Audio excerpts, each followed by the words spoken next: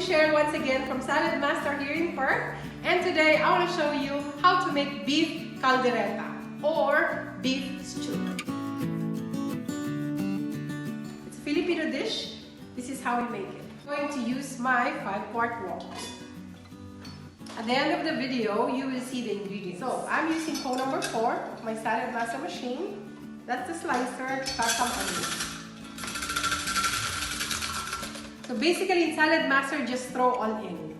So what I got here is 500 grams of beef, which I marinated into soy sauce and ground pepper. And I'll just throw it here. Now I got here about 3 pieces of carrots, which I cut into chunks like this.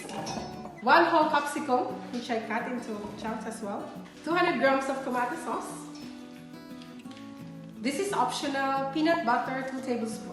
If you're allergic to peanuts, then you don't need to put this one. Some people prefer to add liver patty or liver spread. It's okay, it's optional. So this is the only time I will mix it before cooking. I'll cook this for 45 minutes and you don't need to stir during cooking. Now I'm going to cover it.